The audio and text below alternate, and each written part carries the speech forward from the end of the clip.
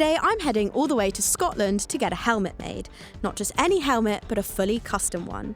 We'll see it go from blank canvas to something, well, let's hope it looks half as cool as what I'm imagining. Let's go and design a helmet.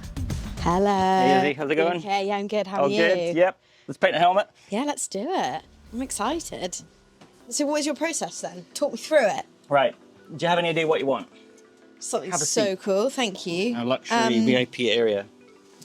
Well, I've just got my race suit actually. Okay. So It's always a good start with some colours. I say that, the colours are basically black and white and blue. It's not a bad colour combination. And like that kind of bluey grey. Okay.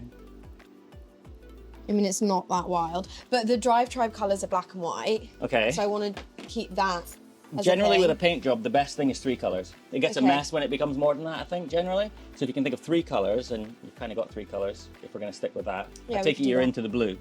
I think so. Well, because DRIVETRIBE are black and white, and then Cog's kind of blue. So maybe we do black, white, and blue. That's what we did for And Dad. blue. Is that going to look good, or is that going to Yeah, look no, rubbish? that's a good colour combination because you've got the contrast between the white and the black, obviously, which is massive, and then the blue as well, we can fit it in. In terms of like, have you seen anything that you like in the past? Anything that jumped into your head?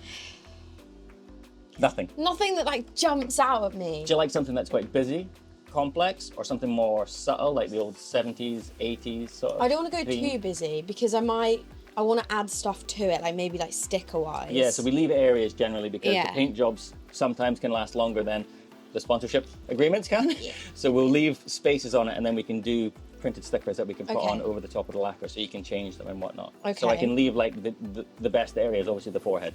That's where it is most seen on the helmet. Okay. So we can do things like that. But in terms of the design, when I first started painting helmets, it was easy because everyone just said what you said and they were happy and we just did it. Yeah. Now everything needs to be designed beforehand and approved and tweaked and changed. So everybody knows what it's going to look like before we actually start to do it, which takes the fun out of it for me. But if you're going to be quite confident in just letting me... I'm quite happy to just let you do it. Obviously, if you hate it though. I don't think I will. And I'll get some direction out of you.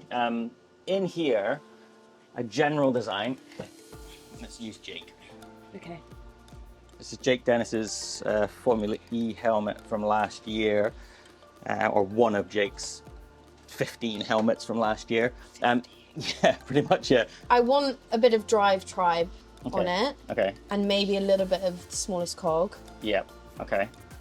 We can theme them as Okay. well. So we've done stuff in the past. I did a barbecue helmet that looked like a barbecue. I've done themed stuff like that. I don't know if that's a bit extreme. I'll show you the one that I raced with for a little while. Obviously, being in Scotland, we all love Iron Brew.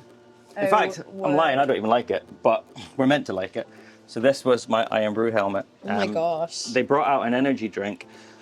This was basically a replica of the can, and then on the top of the helmet, we put the ring pull Sick, that's so cool. up on top so that, you know, it basically, I was trying to make a can out of something that's round. So these themed helmets are becoming quite popular. That when is cool. You're trying to make like a product look like, or a helmet Yeah. look like a product. So that's something that we could do, but again, I don't know how it would fit with the DRIVETRIBE Yeah, I don't know if theme. I have like a specific thing in my head. I'm going to say out of 15 years of painting helmets, this is probably going to be the most vague do what I want situation. Literally. Literally blue, Yeah, white, black, yeah, symmetrical, yeah. few logos, Yeah. some branding space. And my name as Okay. well. Yeah, we can do that. I can do your name. Yeah, and I'll have a go, but you have to promise that you'll like it no matter what. Honestly, I'm very happy to just let you do it. Do you like the shiny ones or the matte finish? So that's 50-50. The darker stuff is matte. The lighter stuff is obviously gloss. This one's all gloss. But it's become quite fashionable these days where they're matte. I think the F1 guys did it because it doesn't catch your reflection when you're filming on it. because it's Okay, matte. maybe we do matte then. Perfect. Since you're here, do you want to have a go on the airbrush? Let's do it, See if you're definitely. natural. Okay, I'm ready. Okay. It's dead easy. Okay. If I can do it, literally anybody can do it.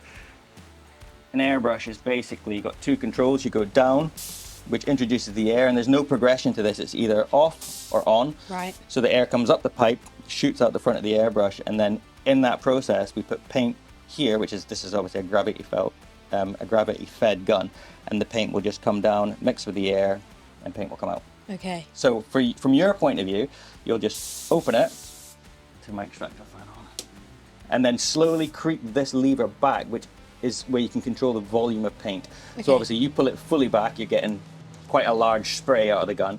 But for the purposes of what we're doing, you'll probably be around about halfway. Okay. So you'll be somewhere here with it pressed down. Right.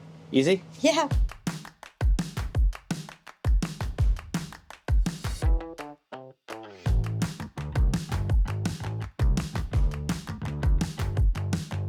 I go through a huge amount of masking tape, obviously. Yeah, I bet. Probably the biggest expense we have. We've got a cupboard down there, absolutely full. Just get it in bulk. Yeah, we do, boxes. Yeah. And I'll use this bigger stuff as well. Normally, not boasting, but I could maybe get away with that when I'm painting to not get any overspray, but I've got a feeling that you're gonna... Yeah, just cover the whole I'm gonna thing. protect the whole thing I would. from what might possibly happen Yeah. here. I'm feeling the pressure. I'm feeling a little bit nervous because when I try things, I tend to do them really wrong and then I break them. You can't break this. You can't do anything wrong. Like, nothing can go wrong here. That's a really brave thing to say. Honestly. And you won't be making any mistakes that I haven't made in my life doing this. Like, because it's all self-taught as well. Like, the things I've done in the past, over the past 15 years of doing it, are quite unbelievable. Introduce the air. The air will always stay on when you're painting. And you want to have around about somewhere there would probably be a good distance. What do you call that? About 3 inches. Right. And then just as like slowly pull that lever back, you'll see it will just introduce air into the flow. And then obviously the closer you go, the more intense a line you can Whoa. get. And the further away, it becomes more of a haze. Paint. There you go. Look, it's simple. Okay, Natural.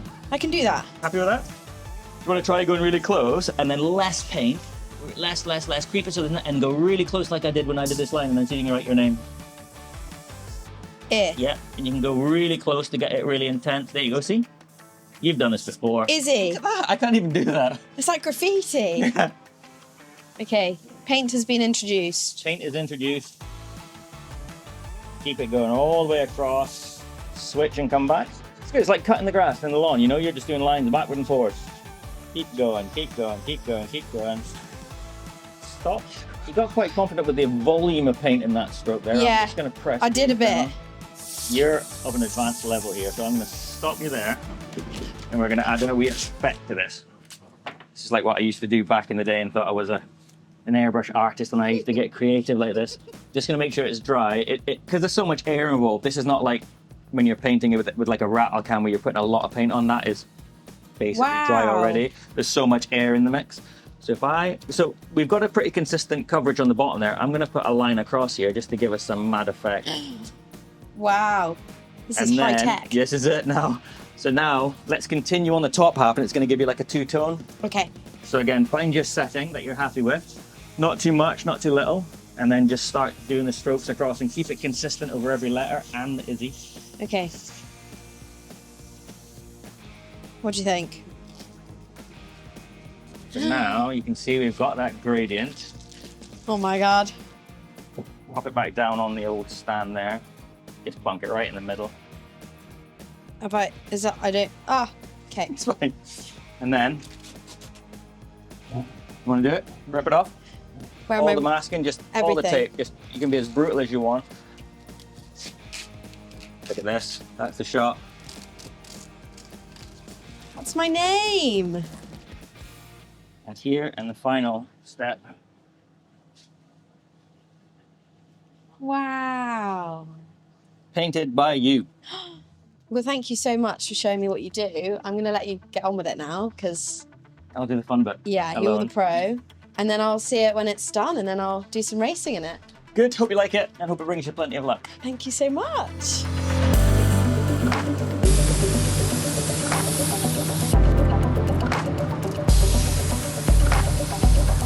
I'm so excited. I'm back at GPR. My helmet has arrived from Red Hat Designs. I haven't seen it yet, so we're gonna look at it for the first time together. Are you ready? I'm very excited. Okay.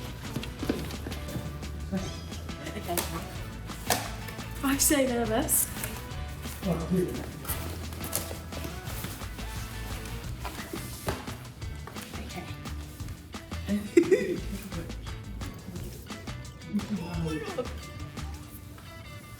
Oh my goodness.